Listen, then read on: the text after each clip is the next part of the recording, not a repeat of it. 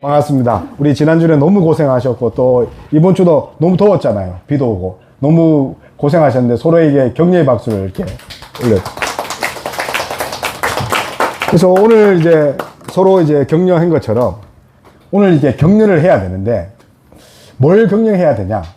복음을 전하는 것, 복음에 대해서 이렇게 기뻐하고 격려하고 해야 되는데 오늘 이상하게 단어 중에 하나 우리의 마음을 이렇게 좀 불편하게 하는 단어가 있어요.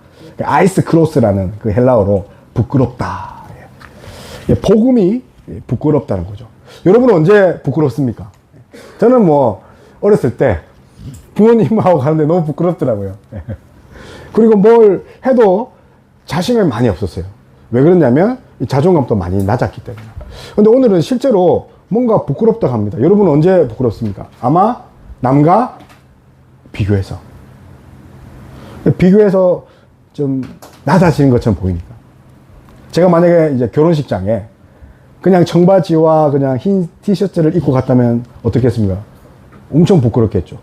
정말 부끄러운 게 아니라 같이 갔던 가족들도. 제가 이제 졸업식, 아들 졸업식이나 이제 아이의 입학식을 가야 되는데 이제, 진짜 허름하게 갔다 비교되는 거죠. 그런데 오늘 놀랍게도 그런 것과 유사한 단어인 아이스 크로스, 이 단어를 보면 수치스럽다는 뜻이 숨어 있거든요.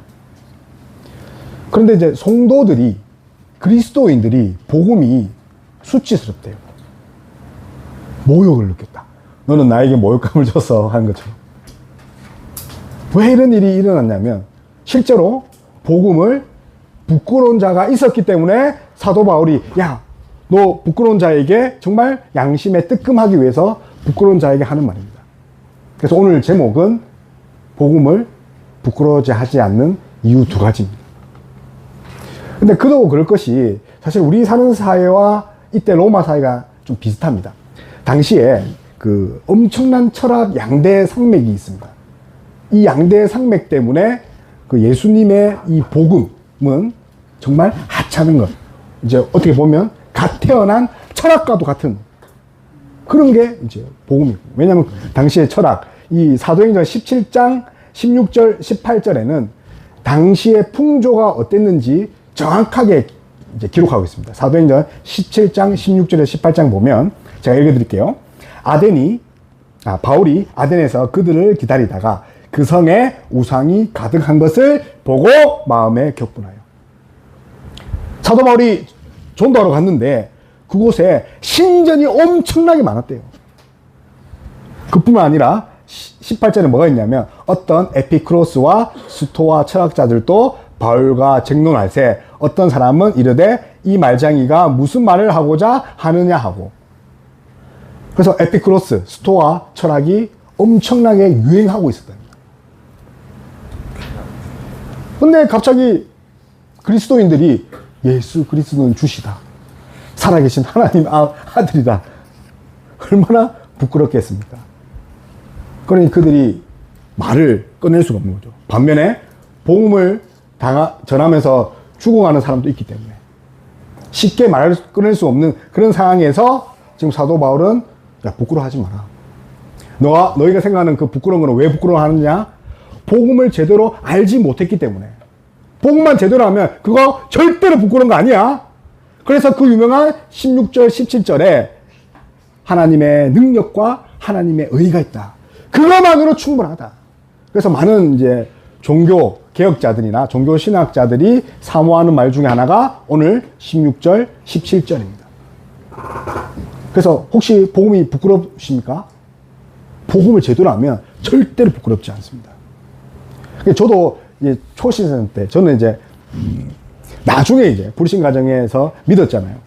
내가 예수님 믿는 걸 참 좋아서 기뻐하는데 예수님을 전하려는 게 너무 부끄러운 거예요. 이게 말이 돼? 아니 성육신회 때 저는 처음 듣는 용어였거든요. 근데 당시에 그리스도인들도 마찬가지예요. 어떻게 그런 육체적인 그런 관계 없이 어떻게 태어나냐? 성령이 사람을 만들어내? 야, 너네가 좋아하는 그 예수님 어디에 돌아가셨는데? 야, 사형 형틀이잖아. 저는 말하기가 정말 불편하더라고요. 부끄럽더라고요. 왜냐면 이제 절에 다니는 친구들 제가 잘 아니까 매일 가서 뭐 1,000번째 드리고 와서 뭔가 소원을 얻었다고 그러는데 기독교는 그런 걸 찾아볼 수가 없었거든요. 근데 복음에는 뭐가 있다고 합니까? 능력이 있다고 합니다. 그래서 복음을 잘 알면 부끄럽지 않은 우리라는 거죠. 그래서 우리가 16절 한번 읽어보겠습니다. 시작. 내가 복음을 부끄러워하지 아니하노니 이 복음은 모든 믿는 자에게 구원을 주시는 하나님의 능력이 됩니다. 예. 그래서 지금 사도 바울이 어디에 있습니까? 어느 지역에 있어요? 로마입니다. 로마가 그 7개의 언덕 위에 지었대요. 7개의 언덕 위에. 그리고 21km나 되는 성이 둘러싸인 성읍이랍니다. 21km 엄청나잖아요. 여기서 여기까지 오는 그런 길이만큼. 그리고 14개의 구가 있었대요. 80만 명이 살았고, 그리고 엄청난 앞에 말한 것 같이 철학과 종교가 팽배했던 그 시대인데 고작 100여 명의 그리스도인들이 지금 어떻게 합니까? 복음을 전하려 하고 있는데 얼마나 부끄럽습니까? 80만 명이 다 아니라 할 때 맞아요. 예수님은 그리스도다. 여러분 그렇게 할 수 있습니까? 저는 학교 다닐 때 진화론을 이렇게 배우잖아요. 어른들에서도 계속 진화론 이야기하는데 저는 창조론이라고 한 번도 이야기하지 못했습니다. 너무 부끄럽더라고요. 왜냐하면 99명이 전부 다 진화론. 야, 너 아메바에서 태어난 거야. 그래서 이렇게 어떤 과정을 거쳐서 너가 진화해가지고 결국 사람이 된 거야. 선생님도 그렇게 이야기하고 많은 지식자들, 저보다 뛰어난 사람 그렇게 이야기했는데 아니에요. 하나님이 저를 만들었어요. 그 말을 도저히 할 수 없더라고요. 그리고 물어보고 싶더라고요. 그게 맞나? 하나님 나를 창조한 게 맞나? 이제 그런 상황에 있다는 거죠. 게다가 이제 어떤 경우가 있냐면 이제 유대인들, 이제 원래 유대인들과 이방인들의 그리스도인들이 지금 합쳐서 교회를 이룬 거예요. 그래서 그 속에 뭐가 있냐면 이방인들의 문화를 가진 그런 그리스도 예배가 이렇게 번창했다는 거죠. 그러니 전통 유대인들은 지금 자기 정체감이 뭔가 훼손되는 그런 상황에 있을 때 지금 사도 바울은 편지를 들어서 그게 아니다. 그거 외모적인 것, 겉으로 보이는 것이 아니라 하나님의 능력이 있는 그런 것이 복음이다. 그래서 혹시 여러분 가운데 혹시 이제 뭐 성육신이 남에게 전할 때 부끄러운 분이 있습니까? 예수님이 십자가에 돌아가신 것을 말하려고 하니까 뭔가 마음에 걸리는 그런 것들이 있습니다. 오늘 그런 것들을 이제 해결하셨으면 좋겠습니다. 왜냐하면 성육신이 없으면 뭐가 없는 거죠? 제사함도 없다는 거죠. 그렇다면 제가 한번 물어보겠습니다. 왜 예수님이 인간이 되셨습니까? 왜 인간이 되셨습니까? 신은 그분이 홀로 하나님으로서는 죽음을 겪을 수 없기 때문입니다. 그리고 홀로 인간으로서는 죽음을 이길 수가 없기 때문에. 그래서 하나님이자 인간으로 이 땅에 오신 분이 누굽니까? 예수 그리스도죠. 홀로 하나님이라서 죽음을 겪을 수 없는 분이 나아다셔서 인간이 되셔서. 그래서 죽었다는 것은 다른 것이 아니라 죄를 사하는 것, 죄값을 대속하는 것입니다. 그래서 예수님의 죽음이 엄청나게 가치가 있는 거죠. 제가 어느 기사를 보니까 어떤 투자자예요. 투자자가 자기의 그 식사 시간 1시간을 경매로 했는데 10억의 낙찰을 받았더라고요. 그 1시간을 밥을 먹으면 그 사람과 10억을 내야 돼요. 왜 그랬습니까? 10억 이상의 투자 정보를 얻기 때문에. 그런데 하나님의 1분 2초는 어떻습니까? 값을 매길 수가 없는 거죠. 그런데 하나님의 목숨은요, 그분이 낮아지시고 성육신 하신 거 값을 매길 수 없는 거죠. 그러니 성육신이 부끄러워할 것이 절대로 아니라는 거죠. 그래서 우리가 복음을 전할 때 뭐 주로 이제 뭐 예수님 믿으면 행복해져요, 복을 받아요, 그것도 좋지만 결국은 핵심은 그분이 너를 위해서 이 땅에 오셔서 죽고 돌아가셨다는 이야기를 부끄럽지 않게 하는 저와 여러분 다 되었으면 좋겠습니다. 그래서 16절에 보면 오늘 그 한글 성경에 없지만 헬라어 성경에는 왜냐하면 17절에도 왜냐하면 부끄러워하지 마. 왜냐하면 하나님의 능력이 있어. 그 능력이 어떤 능력이야? 구원한 능력입니다. 여러분, 왜냐하면 그 능력 때문에 여러분이 살려셨어요. 왜냐하면 그 능력에 의의가 있기 때문에. 그래서 왜냐하면을 계속 붙이면서 절대로 부끄러워하지 말라는 거죠. 그래서 비록 뭐 이방신들은 지금 나의 문제를 해결한 것처럼 보이고 지금 나의 건강과 재정과 모든 관계의 문제를 해결할 것처럼 보이지만 실제로 진짜 해결할 문제 무엇입니까? 죽음의 문제를 해결하실 분이 예수 그리스도라는 거죠. 제 싹은 사망인데 그 문제를 진짜 해결하신 분이 바로 예수님이니 그것이 구원이고 그것이 능력이기 때문에 복음을 부끄러워하지 말라는 거지. 바라기는 진짜로 복음을 부끄러워하지 않는 저와 여러분 다 되었으면 좋겠습니다. 네. 사실 이제 전도를 이렇게 노방 전도를 가면 예수님에 대해서 이제 이야기를 해야 되는데 성육신 제3 이야기하는 게 참 껄끄럽습니다. 왜냐면 안 믿을까 봐. 그냥 복 받아야 하면 믿을 것 같은데 예수님이 당신을 위해서 십자가에 못 박혀주고 동정녀 탄생 이야기를 하려니까 부끄럽더라고요. 왜요? 복음의 능력이 없는 것 같아 보이니까. 근데 오늘 성경 분명히 말합니다. 믿지 않는 자들도 무엇으로 구원받습니까? 복음으로 구원받는 것을 기억하는 저와 여러분 다 되었으면 좋겠습니다. 그래서 복음의 능력이 있습니다. 두 번째로 이제 복음을 부끄러워하지 말아야 할 것은 복음에 하나님의 의가 나타난다. 사실 그 참 이게 이 능력과 의를 설명하기 위해서는 엄청난 믿음이 요구되어지는 이 문장이에요. 논리적으로 말이 안 된단 말이에요. 아니 어떻게 메시아가 내가 섬기는 하나님이 말구유에서 태어난 그 자를 믿을 수 있습니까? 그러니까 그때 이 말부터 믿지 않는 자들은 믿지 않는 자입니다. 받아들일 수 없다는 거예요. 게다가 하나님의 의가 나타났다. 세상 사람들은 알라딘 요술램프 같이 나타나서 우리의 소망, 소원을 들어주기를 원하는데 그것도 아니고 하나님의 의가 나타나요. 의란 게 엄청 무서운 거거든요. 그 다른 신학자들이나 이런 책들을 보면 특히 이제 웨인 그루뎀이라는 그런 책 보면 이 의가 뭐라고 하냐면 하나님은 죄를 절대로 용납하지 않으시는 분이다. 절대로 죄를 가지고 넘어가지 않으시고 판단하신다. 그게 정의래요. 그러면 이 의가 얼마나 무서운 거예요. 근데 당시에 이 로마 사람들은 우리는 지금 의라는 그런 디카이오신이라는 단어를 잘 모르지만 당시에 그 신을 섬겼던 자들은 우상을 섬겼던 자들은 이 의라는 것을 누구도 다 알았다는 거죠. 그런데 뭐가 나타났다고 합니까? 그들이 그렇게 부끄러워했던 의가 나타난대요. 왜냐하면 이방을 섬기는 자들은 정말 타락했기 때문에 제일 싫어하는 단어가 의라는 거죠. 근데 그게 나타나서 능력이라는 거죠.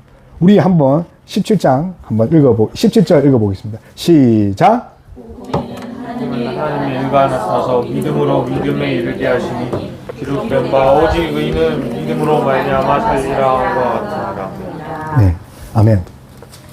그래서 이제 이 16절, 17절이 이 로마서를 이어가는 그 핵심 축입니다. 그래서 1장만 잘 알아도 로마서 전체를 이제 다 파악할 수 있습니다. 그게 의의가 있습니다. 의의가. 의의가 뭡니까? 오늘 16절에 뭐가 나와 있었죠? 능력. 17절에는 의의. 그리고 우리 다음 시간 볼 때 18절 하나님의 진노, 분노 이런 것들이 하나님께 기속되어 있는 거예요. 다시 말하면 하나님의 속성입니다. 의의가 뭐라고요? 하나님의 속성. 그러면 그 의의가 뭐냐면 항상 하나님은 옳으시다는 거예요. 하나님은 항상 선하시다는 거예요. 이런 하나님의 속성이 있고 그 어려우신 하나님이 우리를 어렵다 하는 게 그 두 번째예요. 뭐라고요? 어려운 하나님이 그 속성을 가지고 우리를 뭐라고 했다고요? 우리를 어렵다고 하는 것. 그걸 이제 칭의라고 하는데 이 두 가지를 의라고 합니다. 그래서 이제 이런 이제 하나님이 어렵다, 하나님은 어르시다, 하나님은 항상 참이시다. 이걸 이제 신종론이라고 합니다. 신종론. 그래서 참이신 하나님이 우리를 어렵다 하는 것은 참이 가능한 거죠. 그래서 우리가 어렵게 되는 거죠. 그래서 우리가 행위로 어려워지는 걸 절대 안 하는 거죠. 그래서 이거는 이해하는 것이 아니라 신앙적인 측면에서 무엇을 해야 됩니까? 믿어야 되는 거죠. 하나님이 참이시기에 나를 어렵다 하는 것도 비록 내가 부족하고 연약하고 지약투성이지만 우리가 하나님 하신 말에 참으로 믿는 거죠. 그러니 뒤에 뭐라고 되어 있습니까? 믿음에서 믿음으로 오직 의인은 뭘로 산다고요? 그러니까 이해하는 학문이 아니라는 거죠. 여기서 많은 사람들이 전도를 할 때 여기서 이제 전부 다 이제 갈리는 거죠. 이해를 시켜야 되니까. 이해가 안 되니까. 제가 이제 초등학교 때 처음으로 전도를 받았거든요. 1학년 때. 그래서 삼복도로에 가서 개척교회인데 아마 저 나이 또래의 전도사님이었어요. 저 나이 또래. 50대 가까이 됐을 거예요. 초등학교 1학년 때 저를 데리고 삼복도로에 데려가서 그냥 의자 앉혀놓고 아직도 기억납니다. 예수님의 십자가 이야기를 한 시간 내내 하더라고요. 그리고 그 다음 주에 이제 오겠다고 집을 이렇게 이제 알아내서 전도사님을 데려주면서 집을 이제 알았는데 저희 어머니가 이제 교회를 안 다니니까 전도사님이 교회 가자 기어나 했는데 이제 물을 한 바가지 이렇게 그리고 이제 안 오셨거든요. 그런데 그때 이제 제가 뭔가 이해를 해서 믿은 것이 아니라 뭐 때문에 믿은 겁니까? 그냥 진짜 믿음을 있으니까 믿은 거죠. 저희 어머니 같은 말을 해도 이해가 안 된다. 그래서 우리를 어렵다 하는 것이 우리의 행위가 아니라 뭘로 믿는 겁니까? 믿음으로. 그래서 아브라함이 뭐함에 어렵다함을 받았습니까? 하나님 말씀을 믿음에. 믿는다는 게 엄청난 축복이라는 거죠. 그래서 아브라함이 뭘 믿었습니까? 하늘에 있는 별을 보면서 너의 자손이 이렇게 장대될 거다. 또 너의 이름이 장대히 될 거라. 하나님이 첫 약속을 했잖아요. 근데 이름을 장대하다는 것은 뭐 이렇게 청년들하고 나눠보면 이름이 유명해지는 거예요. 팔로우 많아지는 거예요. 그게 아니라 이름이 장대한다는 것은 이름이라는 건 고대의 존재 방식이거든요. 창대하다는 것은 하나님이 너에게 명령하고 순종하면 믿음으로 오면 하나님이 너에게 다른 존재 방식으로 이제 다가갈 거야. 그 말이거든요. 다시 말하면 하나님이 너를 이끈다는 거예요. 근데 그것이 모두 뭘로 이루어집니까? 오직 믿음으로. 그래서 오늘 본문에 보니까 뭡니까? 오직 믿음으로 의인은 믿음으로 말미암아 살리라. 그래서 우리를 어렵게 여겨주신 것, 칭의인데 이것도 뭘로 수납해야 됩니까? 믿음으로 반드시 수납해야 됩니다.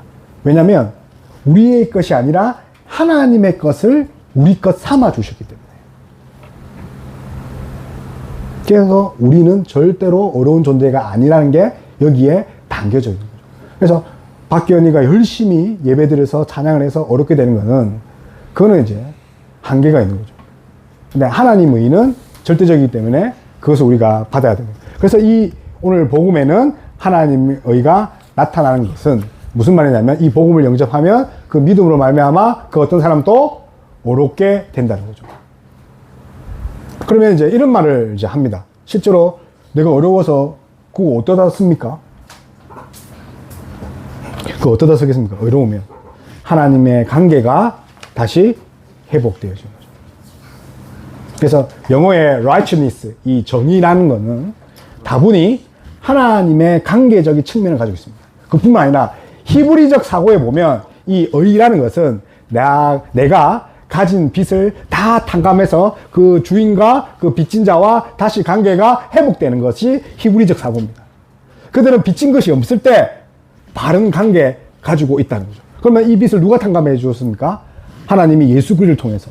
그래서 지금은 뭘 말하고 싶냐면 너희가 그렇게 부끄러워하는 거 그게 진짜가 아니다. 진짜 부끄러운 거는 너희가 의인이 아니고 불의에 충성하고 죄인으로 살아가는 것. 그것이 제일 부끄러운 것이다. 그러나 예수님이 그것을 해결하신 분이다. 이 말을 지금 소두에 던지고 8, 9, 10장에서 증폭적으로 이야기를 합니다.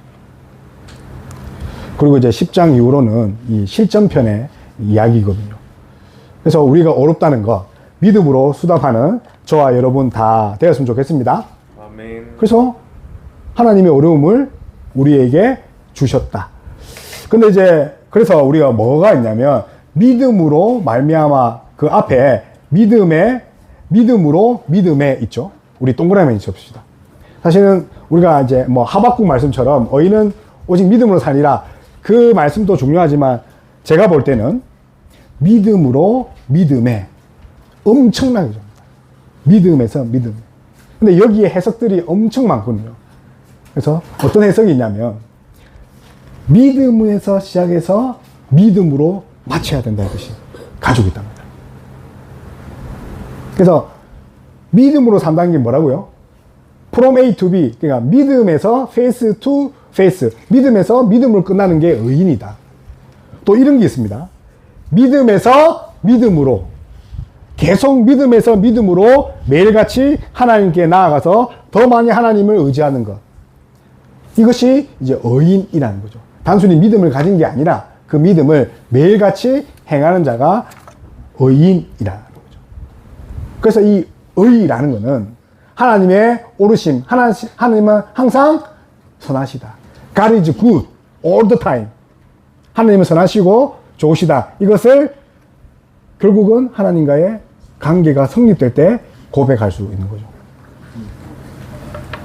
그래서 히브리인들이 왜 빚진 자의 그런 청산을 가지고 하나님의 의를 노래했는지를 알겠더라고요.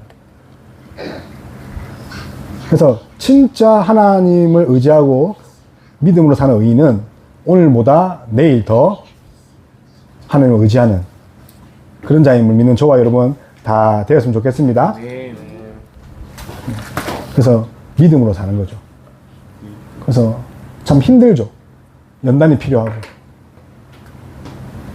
그래서 믿음 생활을 이제 칼빈은 이중 은혜를 주셨다는 거죠. 이 칭의를 주셨지만 뭘 주냐면 성화도 함께 주셨다. 그래서 믿음과 성화는 뗄래야 뗄 수 없는 관계라고 칼빈은 그것을 이중 은혜라고 합니다. 저도 이제 막상 목사가 돼 보니까 집사 때가 엄청 편한 것 같더라고요. 일반 성도 때. 근데 또 지나고 보면 또 그렇지만은 않더라고요. 지금이 더 편할 때가 있어요. 왜냐하면 강제적으로 순종해야 되고 강제적으로 나를 굴복시켜야 되니까. 그게 어떨 때 편할 때가 있더라고요.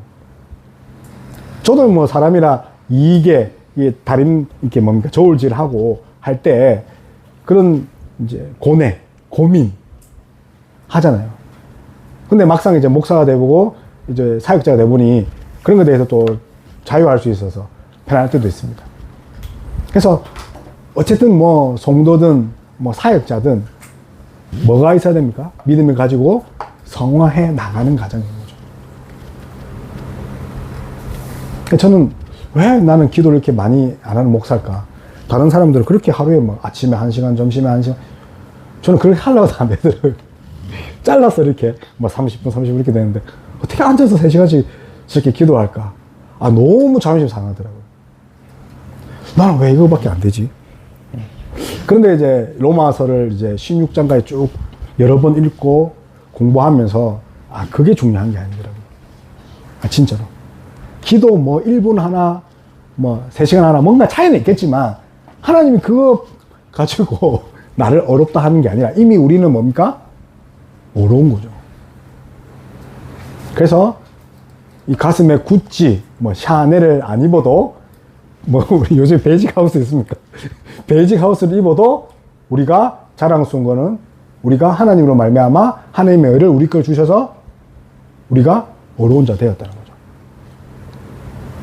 그래서 정말 부끄럽지 않고 복음을 자랑스럽게 여길 뿐만 아니라 나 자신, 내가 예수님 믿고 그리스도인이 되었다는 것을 정말 자랑하는 저와 여러분 다 되었으면 좋겠습니다. 그래서 이제 정말 복음이 우리에게 진짜 하나님의 능력과 의로 다가와야 됩니다. 이 의라는 설명을 계속 이어갈 거거든요. 오늘은 1단계로 이야기를 했지만 이 엄청 깊은 이야기입니다. 근데 이것을 모르면 복음을 전할 수 있겠습니까? 복음적인 삶을 살 수 있습니까? 없다는 거죠. 제 아는 분이 이제 그 피라미드 그 영업을 하시거든요. 근데 그분은 그 제품을 한 400만인가 500만원을 사서 자기가 다 이렇게 바르고 이렇게 하고 씻어보고 해서 임상실험을 자기한테 다 했더라고요. 그리고 나서 이제 판매를 하니까 다른 사람보다 더 잘하는 거죠. 왜냐면 자기가 사용해 보니까.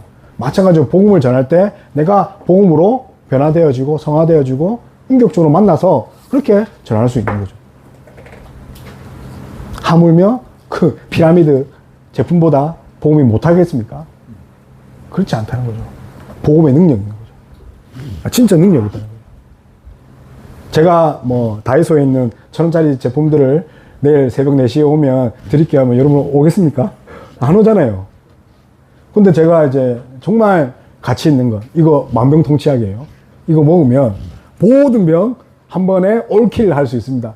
내일 선착순 10명이 하면 여러분 어떻겠어요? 그 전날부터 기다리겠죠. 그냥 복음이 그렇다는 거죠. 우리가 아무것도 아니야. 아니, 전해봤자 믿겠어? 그건 우리의 착각인 거죠.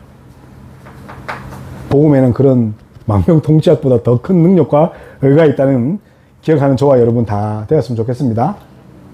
그래서 복음을 제대로 이해하지 못했다는 것은 마지막으로 우리가 복음을 우리의 삶에서 누리지 못하고 있다는 거죠.